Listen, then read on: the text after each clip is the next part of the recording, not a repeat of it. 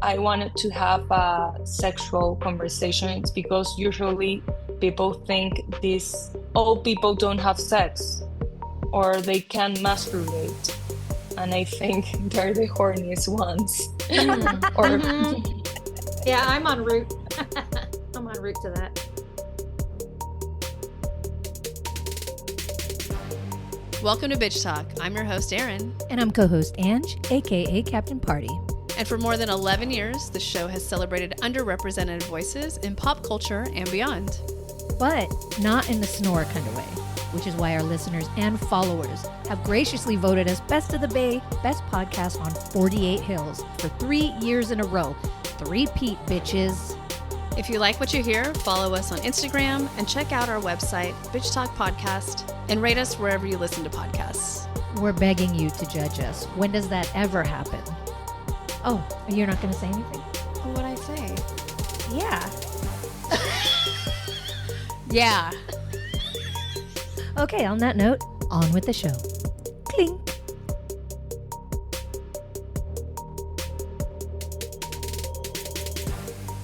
All right, Bitch Talkers, we're at Slamdance 2025. We've got 2 interviews for you, Confessions Chin Chin and Bloqué. Enjoy.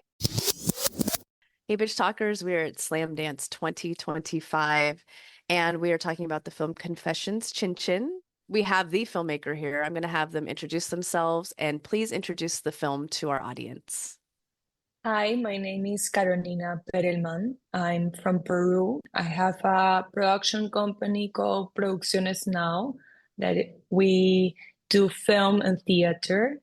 And Confessions Chin Chin, it's about a night in a bar where different people hang out and confess not politically correct topics to talk in the most raw and bold way.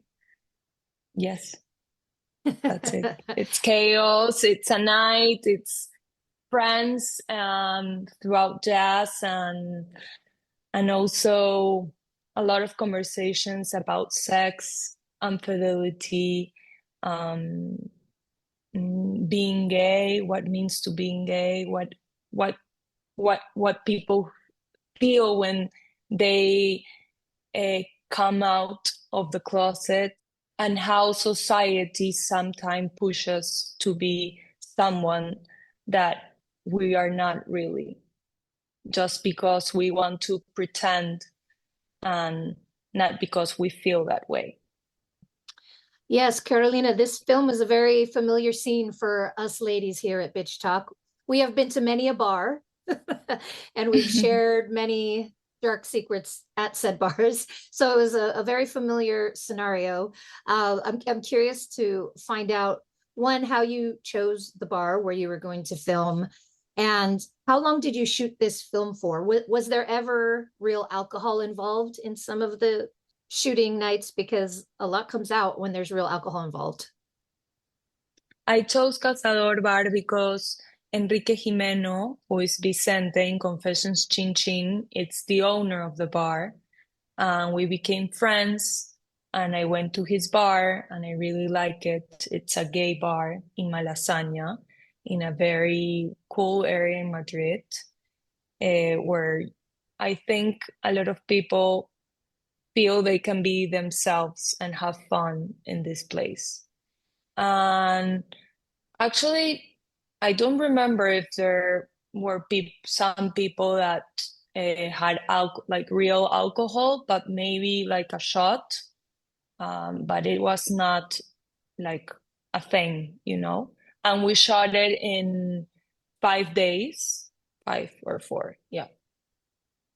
The feeling of that bar felt very familiar, and it's amazing to hear that no one was actually drinking, because you could feel the vibe in there. So it felt like bars that Ange and I have been in before, and that was great. It felt good to be in that space.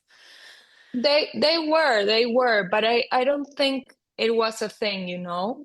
Yeah. In the sense that I don't think because they were drinking they came out with all these confessions. Yeah. But it's true that I wanted, like, as a filmmaker, to kind of reflect what, for us, Samuel and I also, that he's the co-writer and producer, what we think Madrid is over the night. And also, as you say, in general, like bars, it's very chaotic.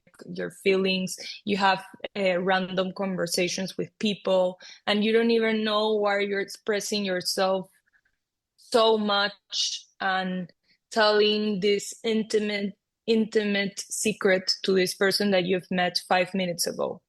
But probably it's because maybe you're alone, maybe it's alcohol, maybe, I don't know, maybe you felt a connection with this person. I don't drink a lot, to be honest, and sometimes I have these types of conversation with people in bars in general, and I really don't understand why that happens. And I think it's very genuine. It's just because there is a real connection. And most of the people, I don't see them again. Mm-hmm. And that's why you could be so open. That's why I love bars. Mm-hmm. So the film starts out by saying the stories are based on real life stories that you've heard. So I'm curious to know how many stories you had to filter through, and were any of those stories that we see in the film some of yours? You don't have to share that they were secrets, but did you put your own stories in there? And like, were you filtering through friends' stories? None of the stories are mine, to be honest. But I think the concept is very, like, it's my idea, in the sense that, of course, I got inspired by Shirley Clark. I don't know if you've seen the film Portrait of Jason, where Jason Holiday confesses to Shirley Clark all his life.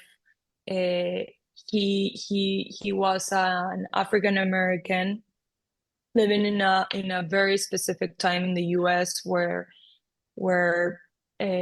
African Americans were not accepted.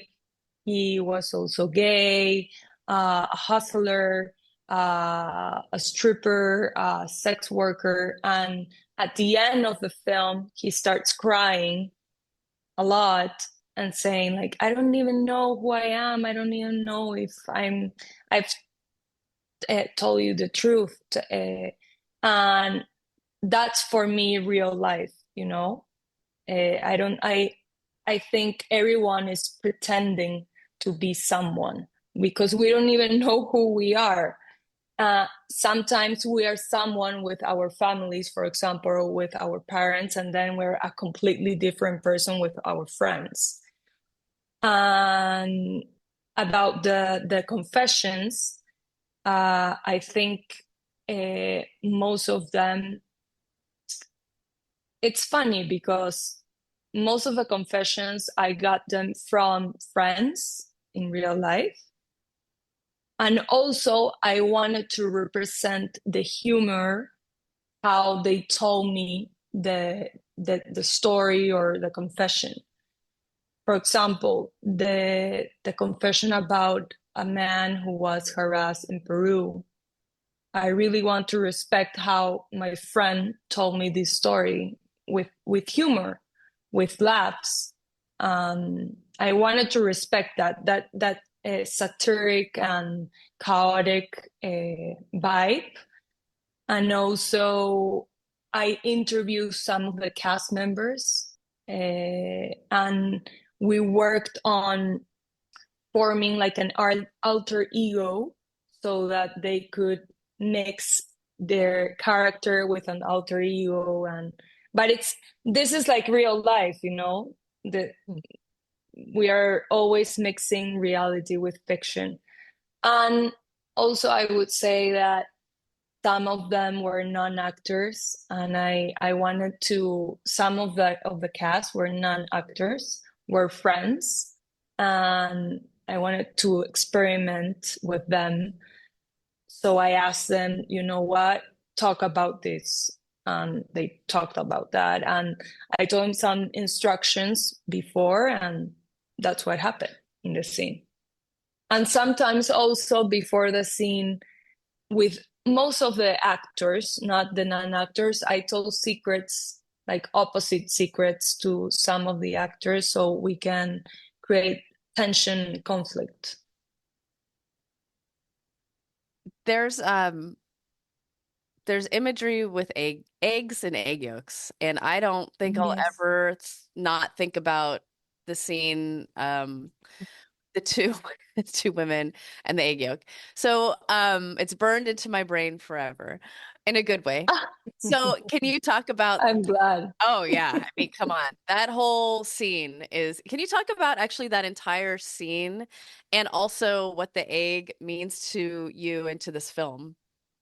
The egg yolk, I wanted to represent a scene where you can see sex and tension and but in a fun way, because I think porn has shaped us a lot, and we think we're always chasing desire, an orgasm, or just like a desire that represents orgasm, like I want to come.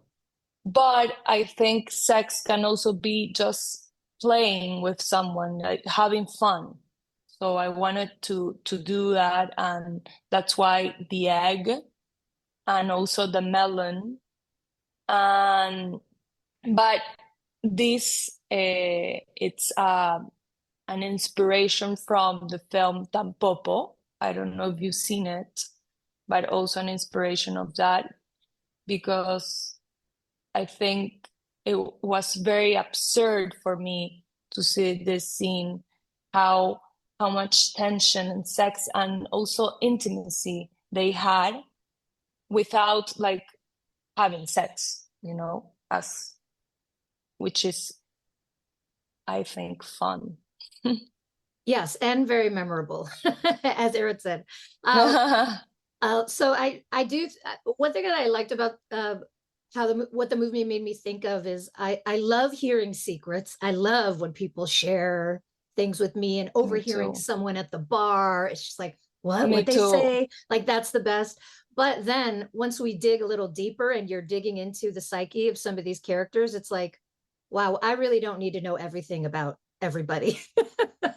Like, I felt the combination of like, I love hearing secrets, but I don't need to go that far, because then it's like, whoa. Why do you say that? Why do you say Well, that? I don't know. It's just like that thing where, when people ask if you could have any superhero trick, what would it be? And some people want to be able to read your minds. Like, I don't need to be able to read your mind. I'm good. You know what I mean? Like, ignorance is bliss sometimes. Like, sometimes the fantasy is better than the reality. Yeah. I when I presented this film in Les Gay Cinema Festival here in Madrid last year, someone asked me, do you think we need to be like this honest and this transparent with friends? And I said yes. And she asked me, is if your friend is dating someone that you think is an asshole, would you tell her? And I said, well, yes, of course. And then I said, I don't know, to be like, I thought my answer for 3 days, and I said, I don't know if I would tell my friend, because I think honesty needs to be a little bit like justified. But if my friend is dating someone that it's an asshole, and also I see that the he or she is not good for her, I am gonna tell her, of course. I don't know if that's what you say about fantasies and knowing the truth.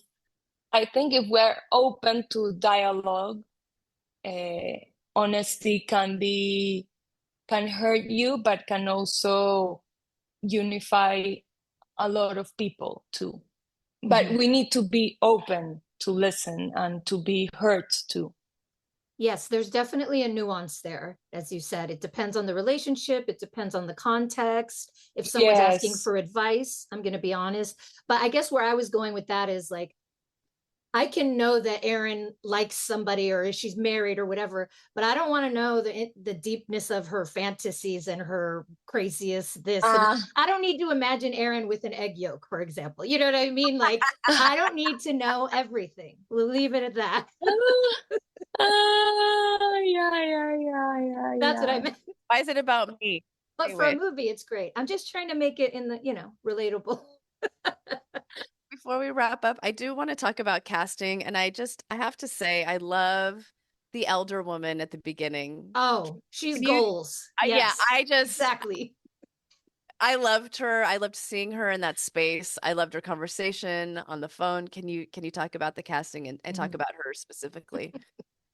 I love her too. Like, I saw her completely naked in a film called Pieles, which means, I don't know the exact translation of that film in English, but the translation would be Skins. Mm. And it's a Spanish film. It's very weird and cool. And the first scene is her, and she's completely naked, and she's a madame from a lot of sex workers, or I don't know if they're sex work. It's not clear, but she's like a madame. And I said, like, wow, I love this old lady. She's amazing, and she's so bold that she can go out completely naked. I mean, I need to cast her for my first film. And I met her, and we had a very nice connection. And the reason why I wanted to have a sexual conversation is because usually people think this all people don't have sex or they can masturbate. And I think they're the horniest ones. Or Yeah, I'm en route. I'm en route to that. That's my goal for the they future. love. And that because at the end it's the cycle, they become kids.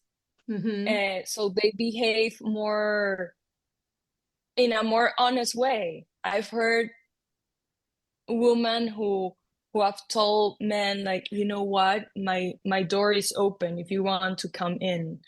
I'm gonna be waiting for you in the room. None of my friends have done that in at 30. I'm 30 years old. So I love that attitude. Yes, bring more of that. I loved it. Well, thank you so much for speaking with us. The film is Confessions Chin Chin. It's at Slamdance 2025. Carolina, thank you so much for being on Bitch Talk. We really appreciate you and your vision. Oh, thank you, guys. Thank you so much for your interest. Thank you so much for everything, and thank you for the conversation. I love bitch talk. Let's be bitches.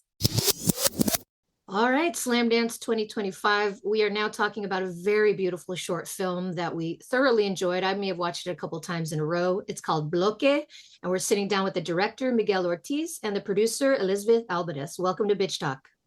No, thank you guys so much for having us. We're excited to be here. No, we're super excited. I'm a little nervous too, if I'm going to be honest. Yeah.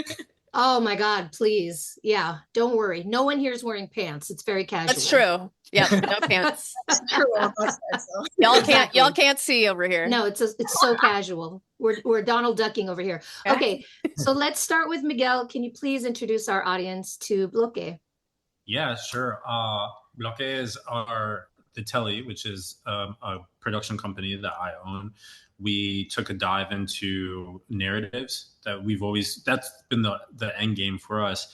We've done commercial content, web series, and one day I sat down and I said, you know what, we really need to enter the narrative space. And so we just jumped right into it. And Bloqué is a 7-minute short that dives into a drummer who's having a creative block, and he's struggling to get to the rhythm that he wants. And in order to get to that rhythm, we kind of go with him through his memories in order to get to the root of his conflict, and then kind of solve it from there on out. I don't want to spoil anything else for you because I feel like it has a nice little tie-in, but yeah, and it stars the talented Malik Kohli, who I found one day at an art gallery. In terms of the subject matter and the story, can one of you, either Elizabeth or Miguel or both, kind of talk about how this story came to fruition and where it really came from? Ooh, that's a good question. Miguel, Yeah. you want to chime in here? Well, like I said, like we were doing so much commercial content, and not that commercial content doesn't fill the soul, but my my goal is to do narrative work, and I had seen The Fablemans. This was back in 2022. And I just loved watching the young Steven Spielberg just kind of continue to make stuff throughout. And I said, man, I stopped making narrative stuff for myself. I said, let me just write something. And then I was struggling writing. And I was going through my own creative block. And I said, oh, well, let me just make this, out of that. And I said I wanted something a little bit more kinetic. So I switched it from a writer to a drummer. And then, kind of what he's going through at that moment is what I was kind of going through within my own self. And through Elizabeth, I said, hey, this is what I think I want to do. What do you think? And then she gave her 2 cents. My DPs gave their 2 cents. And then it really flushed out into what I think is pretty beautiful. Yeah, I feel like essentially he kind of like came to me without a script, because it's like a dialogue-less 7-minute short. So really didn't know what I was kind of getting myself into. He would like kind of try to like use pencils to like be like, oh, I'm like looking for something like this. And I'm like, I'm not grasping, but it's okay. We're going to figure this out. But no, I think it definitely turned into something that I think is pretty incredible to kind of look at and hear. Cause I mean, I think Malik is an incredibly talented drummer, and very, very happy that we got the chance to cast him. Yeah, for sure. There's a lot of struggling conversations about, the music composition. Yeah. Cause he would often I'll never forget when he was like, cause he's from like West Africa, from the coast. And he said, Miguel, I need you to take your American ears and I need you to throw them out the window. I was like, okay. So, but I still need an arc, man. I said, I still need an arc. And it was a lot back and forth, That's so crazy to me, because when I watched it, I immediately thought, okay, you wrote it for Malik, like, because it's so beautifully cast, and the drums, picking the drums was also so genius, because it's so emotive, like the highs and the lows and the speeding up and the slowing down. But finding out that you didn't even have a drummer is wild to me. So did you go to a lot of different live shows, or were you like, when the time is right, the drummer will appear to me?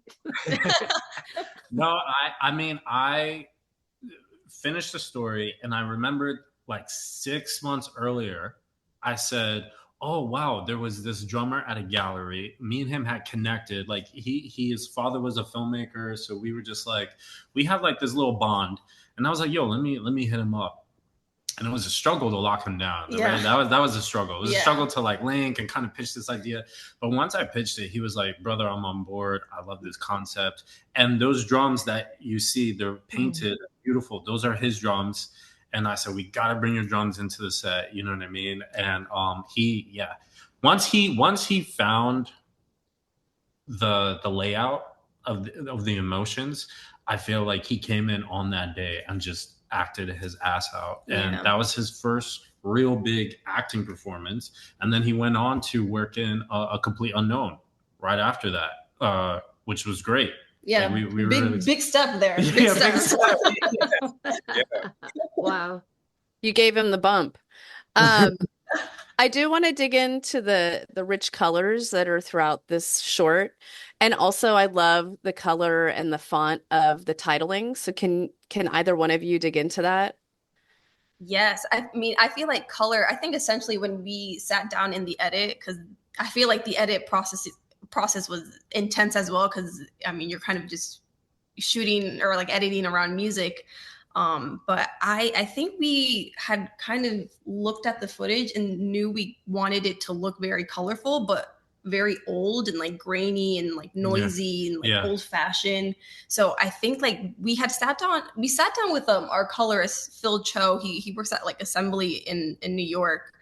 And I think he just started like playing around with so many different colors, and we kind of sat down with him, and like he's like, all right, what do you like? I'm kind of feeling this, like, like, do you want like more orange? Do you want more blues? And like we got the like the real opportunity to like kind of be in, you know, a color house and like have our first time in a color house and like have that experience.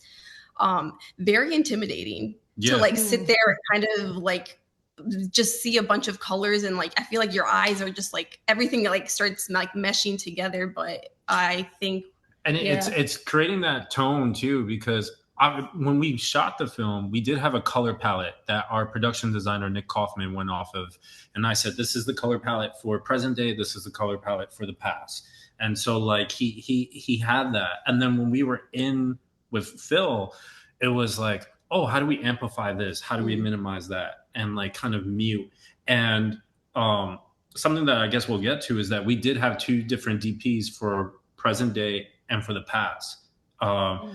We funded the film ourselves. So, I'm like, oh, I want this lens for this and I want that lens for that.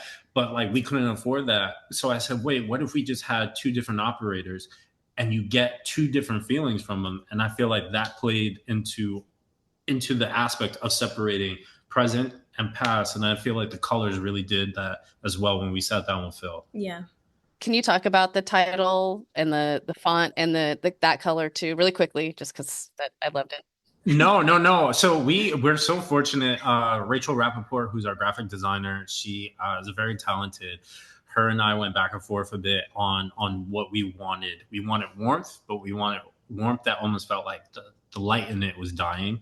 And so that's why we ended up going with that kind of like this maroon, rusted, a little bit of violet in it. And she went through and found the right type for it and everything else. So she says, oh, this feels stern, but it feels like, appropriate to like the family dynamic. And that's exactly what we went with. And then she did the posters and everything, which we really love. Yeah, she's done so much for us. I feel like every poster, like press kits that we've kind of sent out to people, she's done it all. So she's been amazing and such a help. Yeah. It is. You did a great job having the visuals match the intensity of the drumming beautifully, like a dance, really. And we do have to go, but I just wanted to give a shout out to your production company, The Telly. I love sort of your mission statement. Can you just talk about it and what y'all are trying to do in New York? Yeah, so we're a New York, I like to say a New York-based production family. We started right out of college. I wanted to make sure that we didn't lose the artistry and we weren't just chasing money. So, with the resources I had and my business partner, Anthony Fiodo, we went out and we would ask people, if you had an idea for a web series or this or that, what would you do? And then we would just go do it with them. And we started building and people started catching on to the waves. We started working with the New York Latino Film Festival, Warner Brothers Discovery, New York Department of Education. And they like really elevated us to then grow the team and grow our equipment. And now we're like in the space where we're making films like Bloqué with our own gear, barely renting anything out and kind of just running and gunning. Yeah. We truly care about people and like their stories, because everyone has a story to tell. And I feel like everyone deserves an opportunity like this to kind of, air, their short or their feature at Slamdance. So I think that's very important for us to like really build connections with real humans and showcase that. In fact, right now, what we're doing in the year of 2025 is we are offering free video services to 12 creatives in the New York City area. We've actually knocked down two creatives already, and keeping it within a parameter of 3 minutes or less. But it's just our way of giving back, and I feel like the work that's already being done, it looks really beautiful. I love that. Thank you so much. Well, I hope you all stay in the narrative route as well, because clearly you have a knack for it. This was a stunning short film. Again, it's called Bloqué, premiering at Slamdance 2025. We've been speaking with Miguel Ortiz and Elizabeth Alvarez. Thank you. That was great. Thank you guys so much.